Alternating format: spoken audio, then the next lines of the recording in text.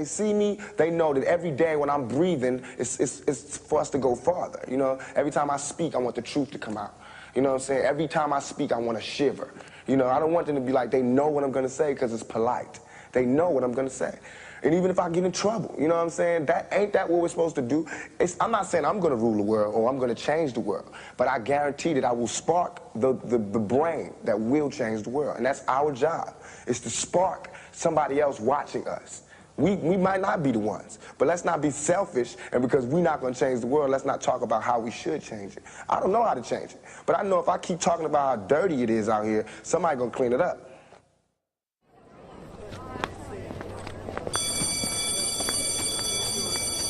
And now he's been promoted. His job, principal.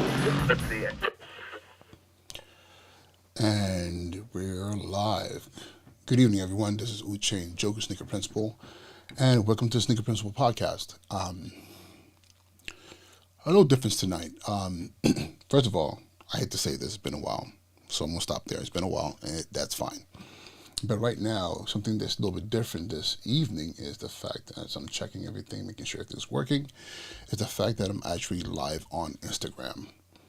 And I'm going to be honest with you, I have been avoiding going live on Instagram, and for the simple fact, and my brother Swoosh Money Hines, hello, and this is why I've been avoiding going on Instagram, because I'm going to be honest with you, and if any of you content creators out there watching this, or anyone who's tried to do this whole social media thing, it is very, very hard to put yourself out there, especially when it comes to putting yourself out there in video content for the world to see.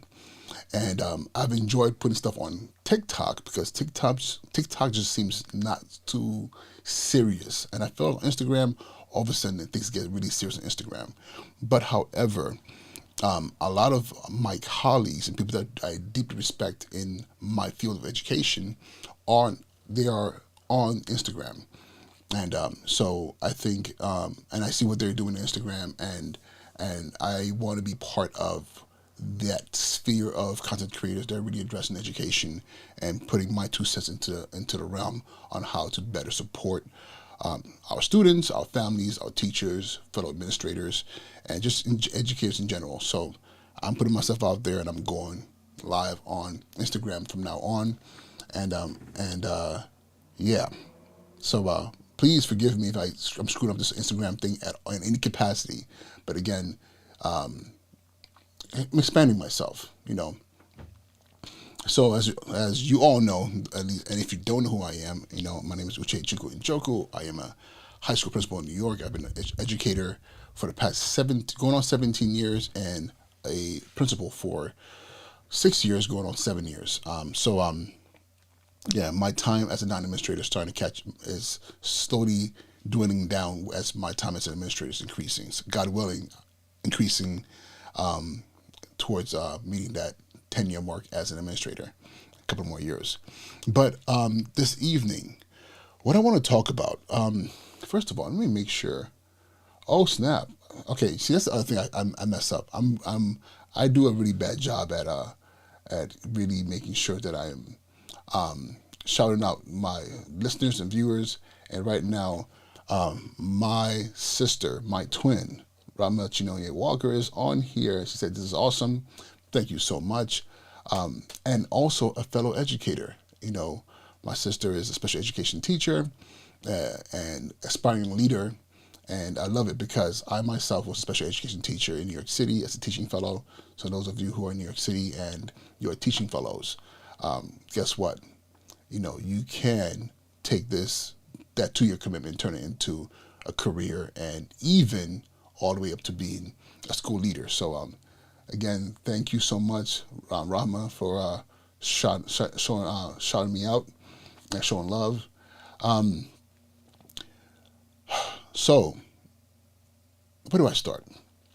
First of all, people keep asking me, and everywhere I go, and it's just weird that all of a sudden I meet people and they say, "Hey, Sneaker Principal."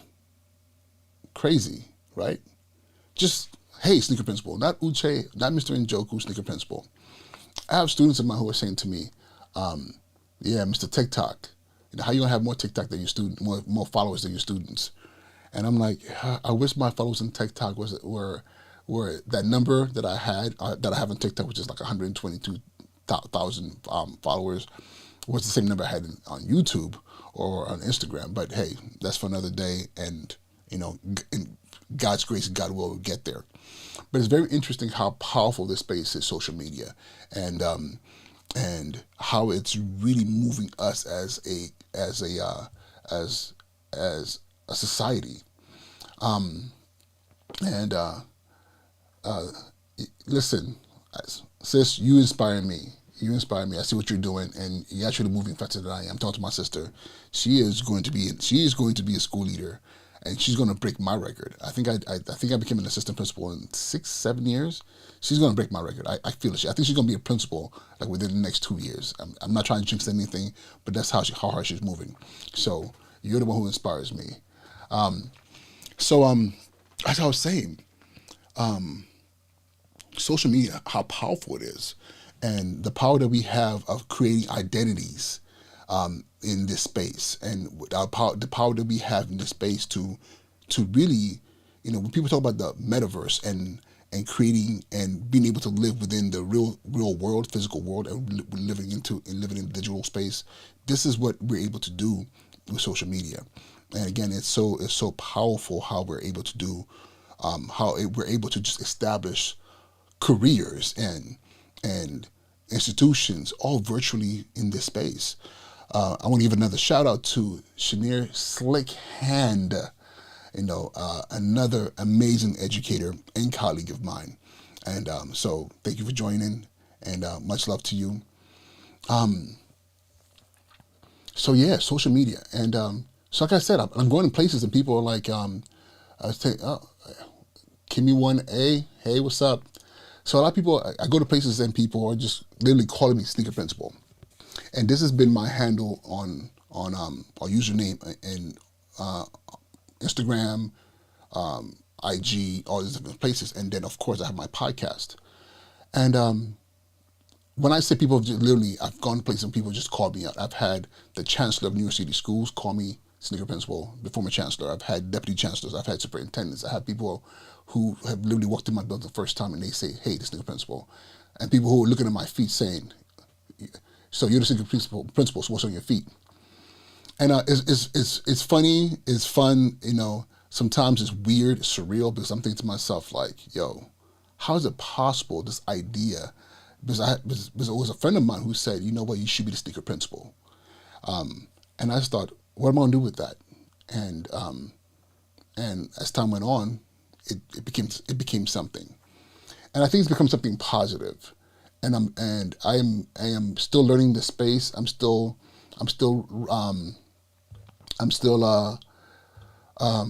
figuring out what this thing can be.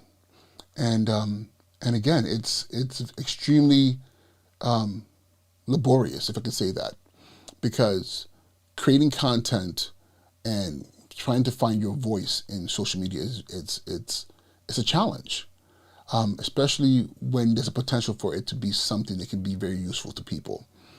And so I am a believer in social media. I poured and invested energy into social media, and tried to understand it and trying to harness it.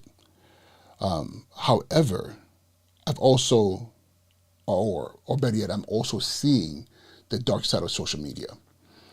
And some of you might be like, what you mean the dark side? And some of you might be like, I know what you're talking about. The trolls, the misinformation, people who are using this as a weapon to bully people and to destroy people, and just to also send people in the wrong direction. However, there's another space that I am seeing right now where social media is becoming detrimental to our children. If you're an educator right now, if you're an educator right now, it doesn't matter whether you're a teacher, you're an administrator, you're a social worker, you're a guidance counselor, you're a school aide, whatever you are, a literacy coach. I wonder if you're noticing this trend. And the trend that I'm talking about is the verbal, physical altercations that are happening amongst our children. And they're happening because, I would say at this point in time, at least in my school community and colleagues of mine I've spoken to, it's happening because students, or better yet, children are getting into conflicts virtually. Children are getting into beefs, they're getting into these arguments, they're getting into these battles, these exchange of words that evolve into creation of memes and clapbacks. You said this, like I said this to you, or the new thing now is editing video clips to make it seem like you are losing a fight. Excuse me. All these things. Excuse me. I had to clear my throat there. All these things I'm seeing, and the results are verbal that are quickly turning into physical altercations in classrooms. They're happening in the in the hallways, the cafeteria, outside the building. And I'm not trying to paint a picture like in my school, there's like violence happening everywhere. But I'm noticing these conflicts, and these conflicts are literally, tied into something that was said or done or exacerbated in social media, Snapchat, Instagram, groups, chat groups. And again, not only that, they're creating these opposing sides. Kids are ganging up and creating group chats so they can talk about other students, and then screenshots are done of these conversations and they're shared back and forth, and they're creating a lot of chaos, tremendous amount of chaos. Let me see here. Oh, real quick. Oh, wow. Mr. Wicks, it's a pleasure and honor to see you here this evening. And I saw your message, and I'm definitely going to hit you back up. Thank you so much for being here. I'm looking on Instagram. Zainab3, good evening. Thank you so much for joining us. And these conflicts are getting out of hand. And it's funny because at one point in time, I thought it was just the adults. But you see the trolls, see people going back and forth. But now the kids are engaged in this, and they engage in it heavy. Ramachino Walker, Rama says, social media has caused a lot of issues for my students. And please, if you're chiming in, if you're connecting right now, I want to hear how social media is affecting your school community, your children, or maybe even within adults. I'm seeing here also cyberbullying. So these things are getting out of hand. And I'm trying to understand, what is it exactly? What is it about social media that is people say, we have to limit social media for adults and limit for children, but I don't think we're really getting to the core of what's happening with our children when what's happening to their brains. And listen, I'm not a neurologist, I am not a brain scientist, but I will call myself a social scientist. I am a high school principal, I am an educator. So all day long, I am engaging in conversations with children. I'm collecting data, whether qualitative or quantitative data, and I'm investigating this crises, and I'm gonna call it a crisis, that we are facing right now in our schools. What's interesting is a couple of things. Number one, and this is something I've already seen in adults, but I'm seeing it insanely in children. The addiction that social media has created in our children. What do I mean by that? First of all, let's talk about adults. If you are listening to me right now, and the first thing you do in the morning is check your phone, raise your hand. And I'm going to kind of raise my hand a little bit. No, I'm going to raise my hand, to the point where I have had to try to have to remember to put my phone far away enough from where I'm sleeping, so that when I wake up, it's not the first thing I reach. Because usually what happens is I pick up my phone to see what time it is. Or the alarm clock is on my phone, so I pick up my phone to turn the alarm clock off. And what I then do is then I start to swipe and check. It's just almost instinctively start to swipe and check social media. But if me as an adult, and I don't live on my phone. I mean, a good portion of my professional day, my phone is necessary. But I have the ability to put my phone away and be like, okay, I need a break. But we have children who literally live on their phone consistently. To ask a child to put the phone away is like asking them to hold their breath underwater with a brick on their back. Think about that. Hold your breath underwater with a brick or a boulder on your back. That's what it seems like when I look in the child's eye and say, put the phone away. Oh, don't ask the child to give me the phone. And you might be asking, why would you ask a child to give you the phone? I'm talking about in a space where you are, trying to teach a class, or you're trying to maintain order in the hallway, and kids are distracted by their phones, or they're using their phones to message other students, or even worse, engage in conversations throughout the whole entire day, distracting from the primary reason they're in school, which is to learn. There are teachers out there that I know for a fact that are struggling just to get through a lesson. They're struggling just to get through even a do now. Maybe even just even a 3-4 minute exercise without seeing a student back there trying to sneak a look at their phone, or blatantly. Listen, coming to high schools now, just on their phones. You go to a classroom on their phones. The new thing now, because of our new space with digital devices in schools, is, I'm using my phone to do the work. As you're looking at them on there chatting, literally, I'm like, I see you. You're your messenger right now. You're sending messages back and forth. And the question is, how did it get this bad?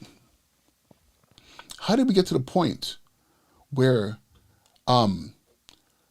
now there is clearly a distractor in our classrooms, in our schools? And not only that, an intruder in our buildings that has the ability to rally kids up, to mess with their emotions, to get them so distracted from their primary reason that they're there, and to get them so emotionally distraught. The cell phone.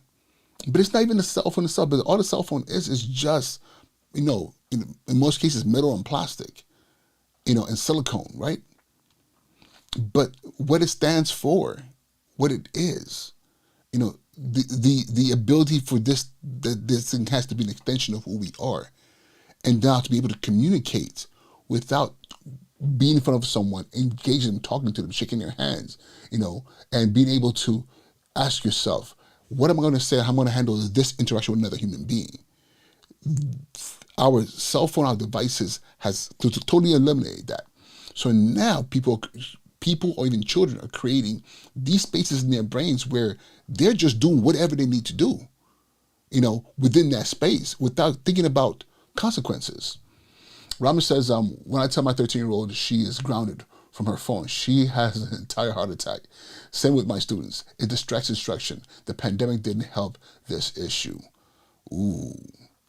Sis, you just pointed the finger to where I'm going with this. Mr. Wick says this conversation is so important. They have very little oversight over their phones. And exactly. So the pandemic. So I want to speak about my school. I want to speak about the grade bands. My school is a high school, 9 through 12.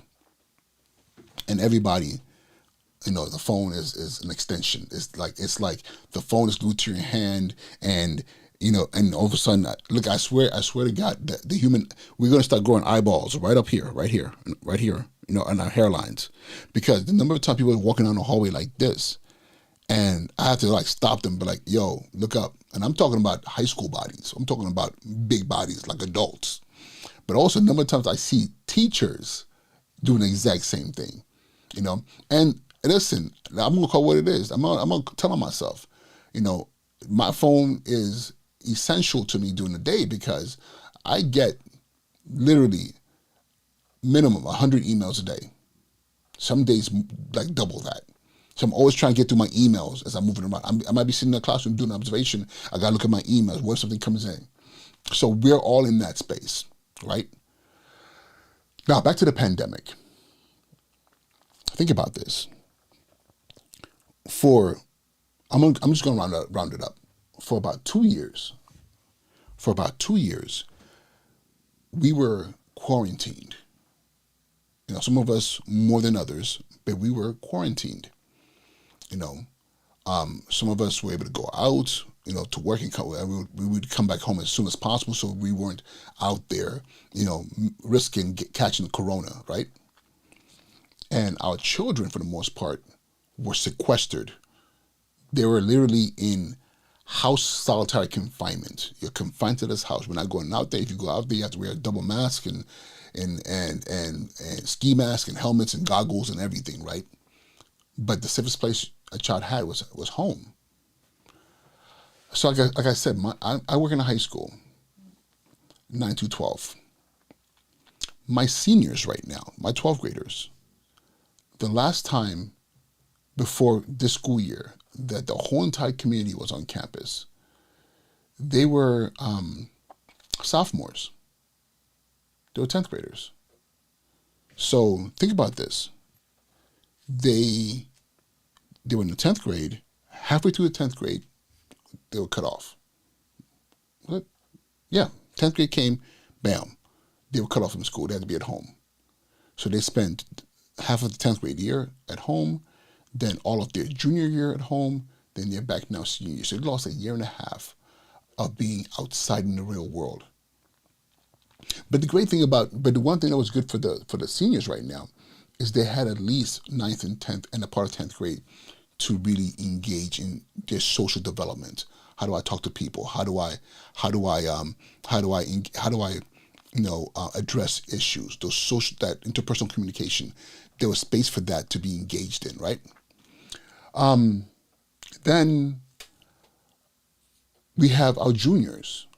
You know, the last time they were in the building, same thing. They were in 9th grade. And let's think about this. Remember 9th grade? What was 9th grade like for you? Remember you got to school and you were shy, you know, trying to make friends, trying to stay out the way because the seniors are huge and they were wilding. The juniors, you know, when I was in high school, they called 9th graders scrubs and they called 10th graders clowns. I remember that. If you're from LA and you came up in the early 90s, I don't remember 9th graders were scrubs and 10th graders were clowns. So you're going through that where you're trying to establish who you are coming up at middle school. And now they're juniors, right? These are my juniors. And they both had I'll tell you, my senior class and junior class, they had a hard time transitioning back because they were coming back to a space they didn't recognize. But it was still a space they didn't fully recognize as far as just the change in teachers, the new students. And but at least they had a memory, you know, of what it was like to be in a building, at least in this building, in our building. Now you have sophomores who the last time they were actually in the school building, they were 8th graders. And they weren't in my building. They were in their middle school, right? And mind you, they were probably in the middle school thinking, I can't wait to get to high school, getting ready for high school, and all of a sudden, everything stopped. Everything ceased. And the next you knew, they were now in this new space. And this new space they were in was high school. But however, they weren't in the building. They went from 8th grade, half of 8th grade, right into you can't leave the house. And they couldn't leave the house for a year and a half. And the 9th graders I have right now, same thing. The last time they were in a school building before being in my building was the 7th grade. They got through, halfway through 7th grade, about to get to 8th grade, and they were stuck in the house. The one thing about being in middle school, and I was a middle school principal, is middle school is where you really start to establish your adult skills, your communication skills. You start to really master your civility. You start to really understand that that you're not a child like the way children are defined in elementary school and the lower grades. So you come to middle school, and being in school, being public, making friends, arguing and negotiating spaces, and those things are very important. Because at the same time, in middle school, you're also going through a lot of change in your body, in your mind, and it's a lot of stress that happens in middle school. Trust me, I spent time in middle school, and listen, I know a lot of people who would tell you, I will never work in a middle school. I love middle schoolers because they're like middle schoolers are like caterpillars, you know. So they're just, you're trying, when you first see a caterpillar, you never see a caterpillar, you're like, what is that? And you're like, why does it look like that? Why is it doing that? Those are middle schoolers for you. But half the time you're trying to figure out like rhyme and reason of why the way they are. But then you start to see them kind of like transform. The cocoon, you see the struggle of them trying to break free of that shell of childhood, of adolescence, as they're trying to emerge into young adulthood. But that all happens very publicly. You know, if you've ever seen a middle schooler cry, like literally, if you ever seen a middle schooler cry, and you're like, what's going on here? So much emotions.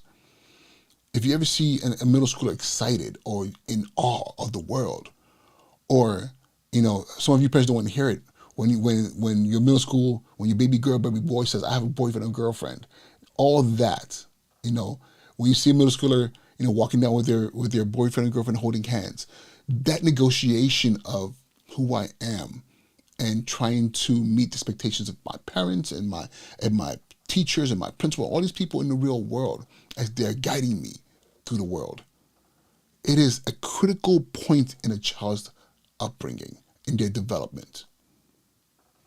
We have nationwide our 9th and 10th graders, you know, and they lost that.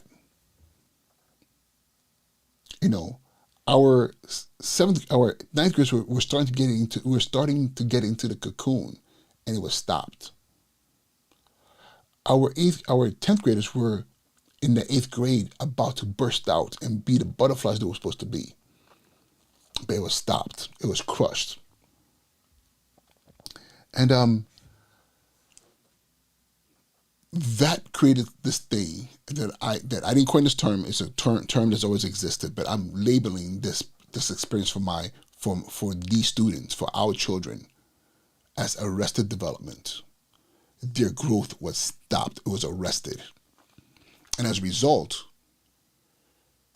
all the things that you're like, oh my God, what are they doing? Why can't they control themselves? They're so emotional. All these different things that's happening in their bodies and their brains was put on pause. But it was still going to happen. It just happened mentally. So their minds were still moving, but their bodies weren't. They were sequestered into a space. And in that space, you know, guess what? When you put a prisoner into solitary confinement, you know, they say that eventually that gray, dry room with just a bed and the toilet and nothing else, not even a window. What's going to happen eventually? Your brain is going to want to create something. You know, that's why you find out like a lot of inmates who are in solitary confinement start to hallucinate. They start to talk to people. They start to engage. They create a whole entire world.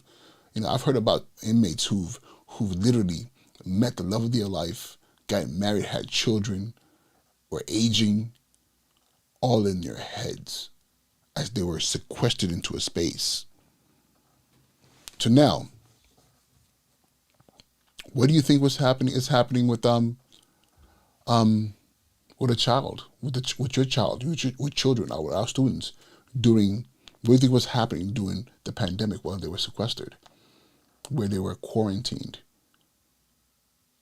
They didn't lose their minds. They didn't start imagining things. They didn't start building stories, but they didn't have to, because they could sit on their phones for hours on end.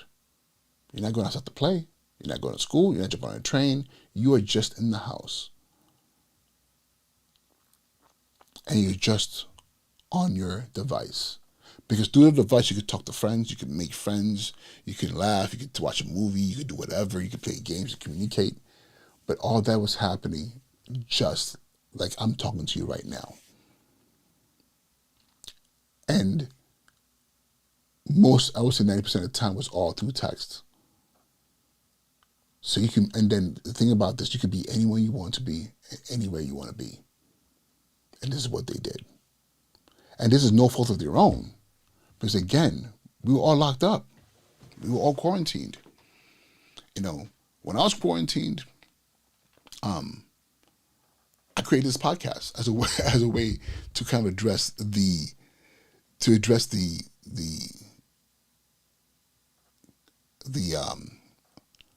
anxiety that I was facing. I'm an outside kind of person. I go to work. I'm in the building. I engage with my students. I engage with my staff, my faculty. And that was cut off. So everything I did was literally from this virtual space. But I had the wherewithal to say, I need to exercise. I need to do other things. I can put my mask on and go for a walk. Because I'm an adult. I have free agency. I can make those decisions for myself. But our kids couldn't do that. So a lot of them sat in the house. They gained weight. You know, a lot of them got sick. You know, some of them got COVID. Some of them did not. Some of them, you know, a lot of our children lost loved ones. A lot of them lost where they lived. A lot of them were facing, you know, food insecurities. You know, all the economic insecurities of being poor. But the one thing that was a constant was that phone. And guess what? If the bill got cut off, you know, if the bill got cut off and your phone, and you didn't have your phone, you know, your data plan anymore, whatever the case may be, we were giving children hotspots. Their laptops, you know, had 4G. So kids who were smart enough to use their laptops as a hotspot started using that. You know, or if they were given a hotspot by the school, all of a sudden they had access to continue to connect with their peers, and they need that. But what happened in that space is all of a sudden they started creating identities. You know, they started creating identities. They started becoming somebody else in that space.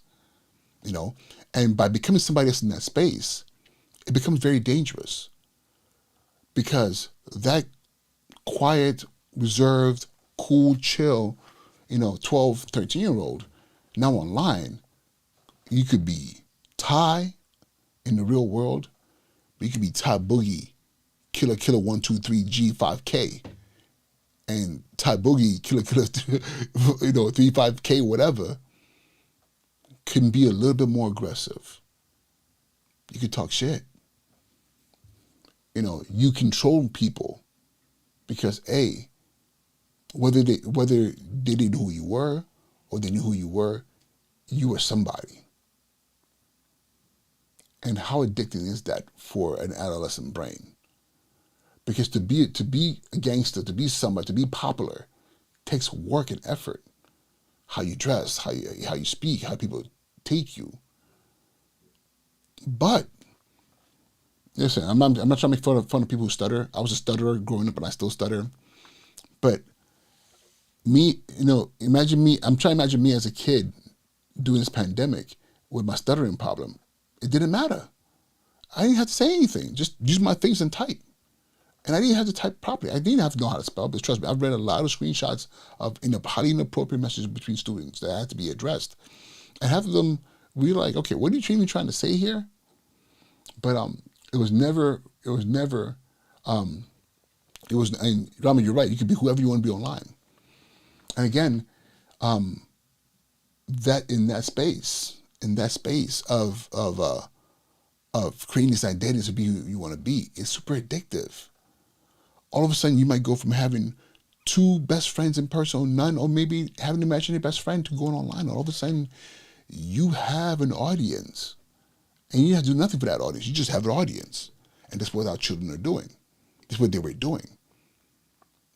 You know, all of a sudden, you post something and you have, 100 likes. Because in the real world, it's very hard to get 100 people to come to you and say, oh my God, I love your sneakers. Oh my God, you're handsome. Oh my God, I love that jacket. But online, you can make a comment, and all of a sudden you can see 100 people liked it. Maybe 1,000, maybe 1,000,000. What does that do to a child's brain? All of a sudden, I'm not just Ty. I'm Ty Killer. I'm something bigger. In my brain, I create an avatar of who I am. I'm not the small kid. But then what happened eventually is our children started to take on the personalities that they were creating online, to the point where they couldn't let it go. They were like, listen, this is who I am. I'm not Ty, I'm Ty Killer. So guess what Ty Killer does? If you say something to Ty Killer, rather than saying, yo, that hurt my feelings, yo, F you. When I see you, I'm going to smack the F out of you. That's what Ty Killer is saying. But doing 18 months, 2 years quarantined, guess what? You can say all that, and you're not going to see them. You're just typing stuff into the internet, into the social media world. So when you talk all that crap and all that mess, there's no consequences. It's just people going back and forth online. But what happens when you go back into the real world? You're back in school. All of a sudden, people are like, you're a Ty Killer, right? I don't like you. I want to fight you. And you're like, okay, I can't not be Ty Killer. I can't go back to being Ty. So you have to be like, yo, let's square up. You're literally taking on the identity of a fictional character. This is where I believe a lot of our problems stem from. Because of the pandemic, we allowed our children to engage for the sake of just their own sanity in social media, talk with their friends. And we never policed what was happening in social media. What our kids were saying, what they were engaging in, what was being said to them. We never policed it. And I'm going to say we, collectively as a community, as a society. I am a parent. I got a 2-year-old and a soon-to-be 4-year-old, and they love their tablets. But thankfully right now, they're not at the age or time frame to be engaging in these back and forths yet. They're not even in school yet. But I do worry what happens when they end up in school. Is this something that I have to worry about, that addiction to social media is going to swallow them up? Because I can tell you right now, I know many kids, many students that are literally just drunk by being in that space. They're drunk by the how they're made to feel in that space, the power they get out of it. Some of you might be like, yo, you're doing the most. You're out of pocket right now. You're saying too much. What you're saying right now, it doesn't make any sense. But I'm going to tell you something about the human brain. There's this thing called dopamine. It's a hormone that gets released. It's the feel-good hormone. So when you go for a run and you're like, oh my God, and after you're done with that run and you just feel great, or you exercise, you feel great. Or, if you're a caffeine addict and you drink some of that coffee early in the morning, all of a sudden you're like, I'm awake, I feel good. If you love chocolate, or there's other things that make you feel good. Dopamine is a thing that you release in your body to make you just be like, heroin addicts, cocaine addicts, drug addicts, same thing. But we're realizing now, and the data is out there, and Facebook and Zuckerberg and Bill Gates, all these people have done research on this, especially the social media folks, the power of the like. And I can attest to this. Right now, as I'm speaking, I'm seeing people waving, coming in, people, leaving comments, like my sister. Every time I see something, like, it feels good. My brain is like, oh, somebody left a comment. Oh, somebody just came in. And you're like, oh my God, this is great. Or you get a text message, and you're like, oh my God, I got a text message. I guess what's text message? Who's texting me? Or you post something on one of your social media platforms. Somebody likes it, or somebody reposts it. You're like, oh my God, What you're feeling through all that are all dopamine hits. The feel-good hormones being released.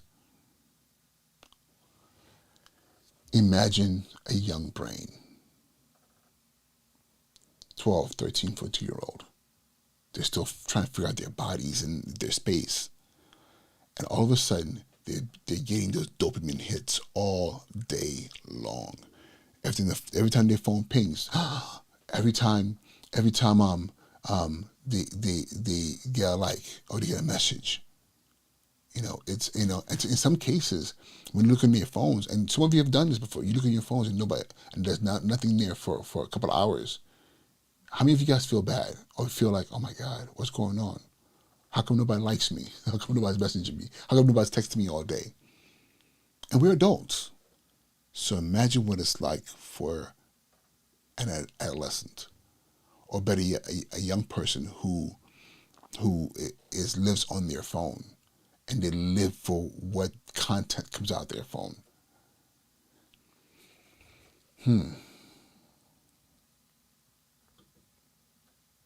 Alma says, facts, same here. As far as the addiction to her phone. And then, and she also says it's like a rush to these young kids. And exactly that. But it's a rush to us. We may not realize it. I'm telling you, some of you now moving forward, you're going to be realizing how much you look at your phone, how much you're like, what's going on, how much you're dependent on that validation in that space.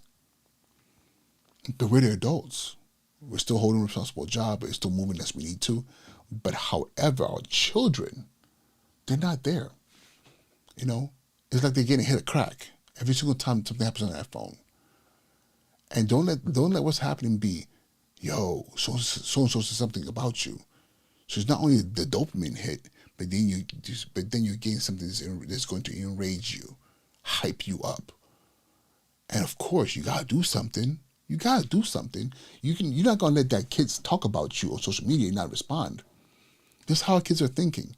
So all of a sudden they find themselves often in conflict that they didn't even want. But like I was saying, Ty doesn't want the fight. Ty wants to sit down and share an apple and talk it out. But Ty Killer 324 KG is not having any of that because he has a rep to maintain. 13-year-old or 14-year-old, a rep to maintain. And his audience, the band of other brothers and sisters, are a bunch of kids just like him who just want to see a show. And we have fights, yelling back and forth, people getting jumped, whatever the case may be. And when you ask them, what was this about? 99.9% of the time, now they don't have no idea. They have no clue. It's just, I don't like that person. I don't like the way you're talking about me. And that's exactly what we're dealing with now. And it's a problem. It's a tremendous problem. I watched a video today of a bunch of boys in a train station, and they were attacking another young man. Just kicking him. And I'm thinking to myself, what did he do that would warrant this many people on top of him assaulting him? And the scary part about it, there were people in the train station, and I know people wanted to help. Because I know me, I'm the kind of person, I'm more likely to jump in at the risk of me getting assaulted and hurt as well. This is the dilemma that we're facing. Our kids are addicted to their phones, and the dopamine hits they keep them there. And after a while, just to get a message is not enough. You have to find out there's going to be a fight. Now you have to go to the fight. And many times kids get to the fight just to record it, so you can watch it over and over again and then post it, so they can get those likes and those follows. And all of a sudden, the hits of dopamine is better than it was earlier on when it was just, I like your shoes, a thumbs up. Now you go into a space now where you want more and more validation, more and more, reward, more and more dopamine. And again, we don't realize that what we're facing right now is a crisis of addiction based on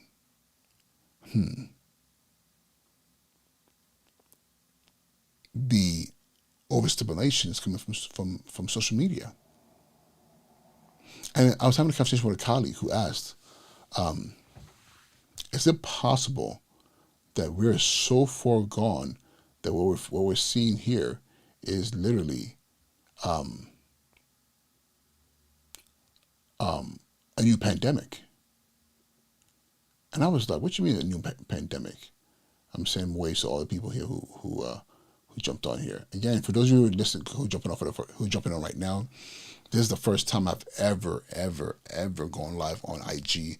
I've been a TikTok head, and I'll be honest with you, I'm trying to figure out a way to get another phone over here so I can be on TikTok simultaneously as I'm doing my podcast. But yeah, the addiction. This is exactly what we're facing. This is what we're going through right now, and the result is an uptick of violence in our schools, in the peripherals of our schools, in our homes, in our communities, and it's like a band of. I don't want to use an animal to describe it, but when you see 20, 30, 40 kids just in a state of euphoria around violence, it's a scary thing. It's a scary thing because you don't know what's going to happen next. You don't know what the cause of all this is, and then you're risking putting yourself as a victim, in trying to step in and break up a fight or whatever the case may be. So some of you probably think to yourself, okay, so now we know what this is, or at least we think we know what it is, potentially. What do we do about it? What is the solution? I'm going to tell you what I think the solution is, and I'm going to wrap up this episode of the podcast. Parents. If you're a parent, you are the solution. And it's not a quick fix. It's not a quick fix solution. You are the solution. And what does that solution look like? Especially for the schools. Being present. Being present. I'll tell you this. When I was a kid, we didn't act up like the way these kids act up where I grew up in Inglewood. Because the adults around us, and often the older gangbangers around us would tell us, yo, chill. They wouldn't say chill because that's an East Coast thing. I've been in New York way too long. But they might be like, yo, little homie, stay cool. Little homie, stay in school. Little homie, when the report card come out, I want you that report card. If you're not getting good grades, I'm going to have to stole on you. Like, literally, I remember being told that by blood, who told me, like, yo, I want to see your report card. Because if you X, Y, Z, I'm going to have to F you up. So guess what? I did my work because I'm not trying to get beat up by Stacy from the wood, But again, that was all where we came from. That's not where we are anymore,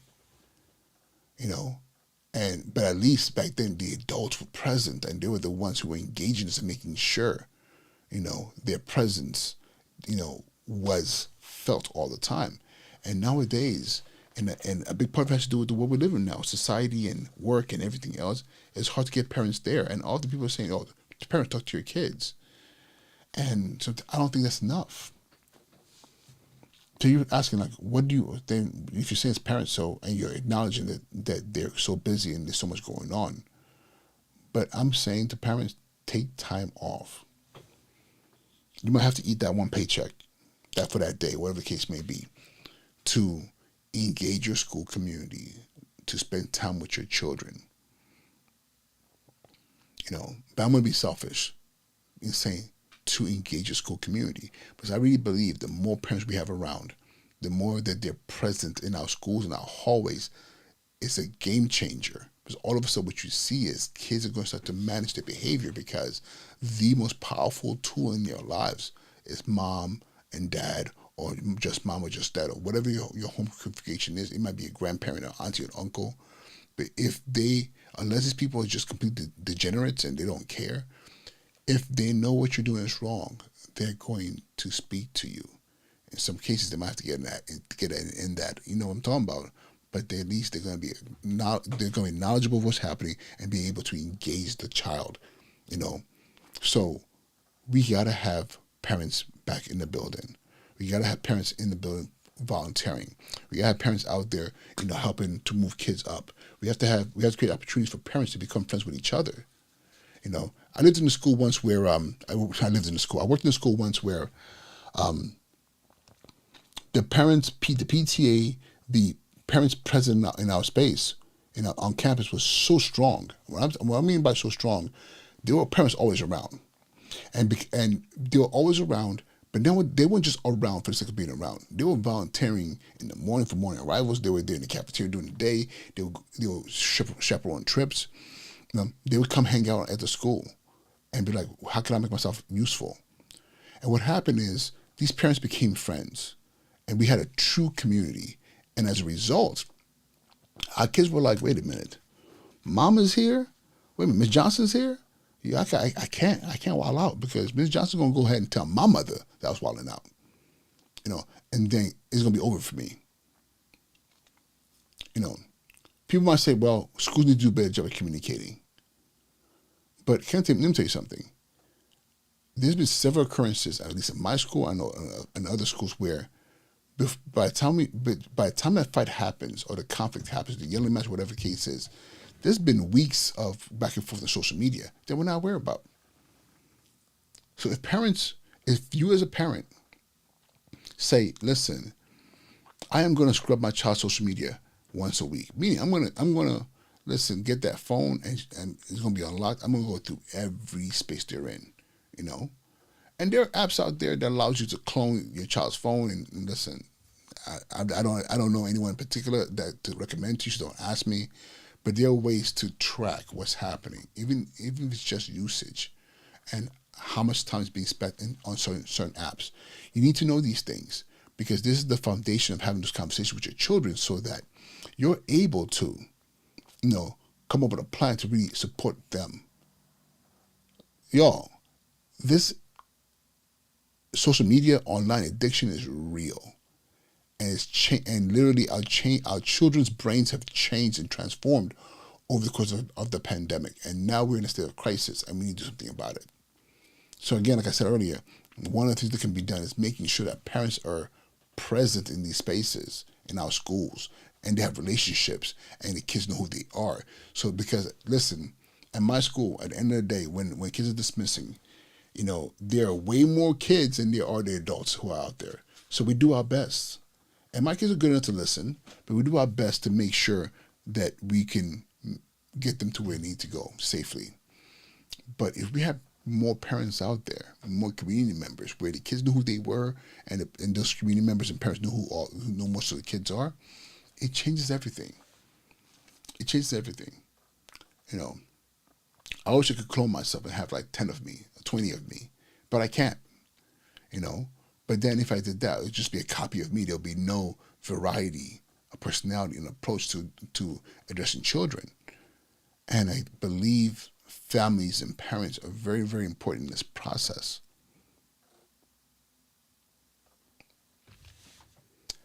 I'm saying all this and going in now a tangent because, like I said earlier, the amount of fights, the amount of conflict, and the injuries happening is scary. And what I'm seeing, like, listen, guys, go on YouTube and just type in school fights news. School fights news, NEWS. And you'll see a series of videos all about school fights that have been reported by the news media. Some places they've had to shut down the school for a day because of all the fights. Some places they've been like, listen, we start expelling students. You know, and in most cases, the videos are being shown of black and brown children, even though there was one of a white student who was literally fighting a teacher, you know. But what you usually see is this narrative that it's the black and brown kids who are always out there wilding out, which I can tell you that's not the case, you know. But however, that's how it's been portrayed. Because I know for a fact there's a lot of schools out there where white kids are doing just as crazy things, Asian kids are doing just as crazy things as any other group of children. But collectively, I would say the pandemic has had a huge negative impact in our community. So it's very, very important that we start to have these conversations, try to figure out how do we fix the problem? How do we get ourselves to a place where we can start to normalize the behavior, not normalize, but start to cool the behavior and redirect our children. Let me see here. Robin, you said send me the details. I need this bill for my niece. What details? And you know I'm saying anything. So you put in the chat what details you're talking about. But okay. So I will definitely send you a link to this podcast. Have a good night. I'm about to go to bed myself. It's already almost 11:30 here in New York. I gotta be up in a couple of hours, literally. But again, I just wanted to come here and talk to you guys about this particular topic. And before I go, I want to share a story. Hopefully, the story exemplifies why it's so important that we are finding ways to address these issues. So last week I came across, and if you're on TikTok, you will see that you have seen this video, at least on my page. 13-year-old girl dies. Let me tell you how she dies. She comes out of school, and she gets into a fight. I think it was a pre-planned fight. We meet across the street at a park to get there to get in a fight. And this whole thing is being recorded because kids are going to record it so they can post it online for clout or whatever the case, for viewership, whatever. So this girl's fighting. She's on the bottom, and a bigger girl is punching her and everything else. The fight split up. The girl who I'm telling the story of, she has a black eye. She goes home. When she gets home, mom's like, "Are you okay?" She's like, "Yeah, I'm fine." She goes to lay down, and I think she goes to lay down. At some point in time, she passes out. They rush her to the hospital, and they can't figure what's going on with her. They do a CAT scan, and they find a large tumor in her brain. But the tumor in the brain is not what's killing her. It's the concussions she got when her head would hit the ground and she was being punched in the face. She had a concussion. That concussion caused a swelling of the brain, which was literally adversely impacted by the tumor that was there. So you have a tumor in there, and also your brain is swelling, and it's not enough space, and blood vessels are ripping apart, neurons are being destroyed, and she dies. And people are saying, here's the argument right now. The girls she was fighting with are probably going to face manslaughter charges because they were engaged in a physical altercation, and the concussion that resulted from the fight is what ended up causing the swelling of the brain, which was exacerbated by the tumor that was there. The girl died. And that story, I'm trying to find out, what were they fighting about? Nobody knows. It doesn't. I mean, somebody knows, they're not sharing it. But the question is, why are they fighting? What was happening that was so devastating that fight had to happen? I've been sharing a story with my students, and a lot of them are just sitting there looking at me quiet. And I can see they're like, wait a minute, don't nobody want to die. I don't nobody want to kill anybody. But this is where we're going with this behavior. So, yeah. Well, ladies and gentlemen, thank you so much for your time this evening. Like I said, I am going to go to bed. It's 11:29. It's about to be 11:30. Those of you who join me on Instagram, thank you so much. My first time on Instagram, this is dope. I'm going to do more of this. I'm going to try to connect TikTok so I can have TikTok going at the same time, because I love TikTok. But those of you who see this video on IG, and you're going to be like, what? He's on Instagram? I'm trying. So again, thank you so much. Those of you, my loved ones on YouTube, on LinkedIn, thank you so much as well. Be well, be safe. Kiss your babies good night. Kiss them in the morning. Love on them heavy, and engage your school community conversations. One more time. Engage your school community in a conversation on how you can be more active in school. Because you being more active in school means you're being more active in your child's life. If you only volunteer once a month, once a week, whatever it is, being present. You know, sometimes rather than just picking up your child from school, pull a call over and ask the principal or AP or whoever, the vice principal, hey, I'm one of the parents, how can I help? You know, what can I do to support? Because again, our presence as adults, our presence as the authority figures, as the parents, changes everything. It changes everything, you know. All right, y'all. Thank you again so much for your time. I love y'all. Appreciate y'all. This is Uche Joko Sneaker Principal. What's going on here? Please, please, please, please, if you're on YouTube, Instagram, where else? LinkedIn. I'm tired. Twitter. If you're watching this right now, please subscribe. Please hit the subscription button, the follow button, whatever it is. I think this is the notification bell on YouTube, so that whenever I post, you heard the bell right there, right? Whenever I post, you get a message, and I can grow this space to get more people in there engaged in this conversation on how we can better the lives of our children. But I'll be honest with you, it's not just bettering the school. Because bettering the school, you're just talking about the building. I'm talking about how do we better the life of our children, the experiences they have, and create safe spaces for them so that they can come to school clear and free of fear and intimidation. And then not only that, how do we make sure that our devices, our cell phones, are not weapons of mass, depression and mass destruction, and really tools that we can use to really sharpen what we're doing in school, which is learning and growing. So with that being said, thank you so much. Be well. Have an amazing night. I'll talk to you all soon. All right? Peace.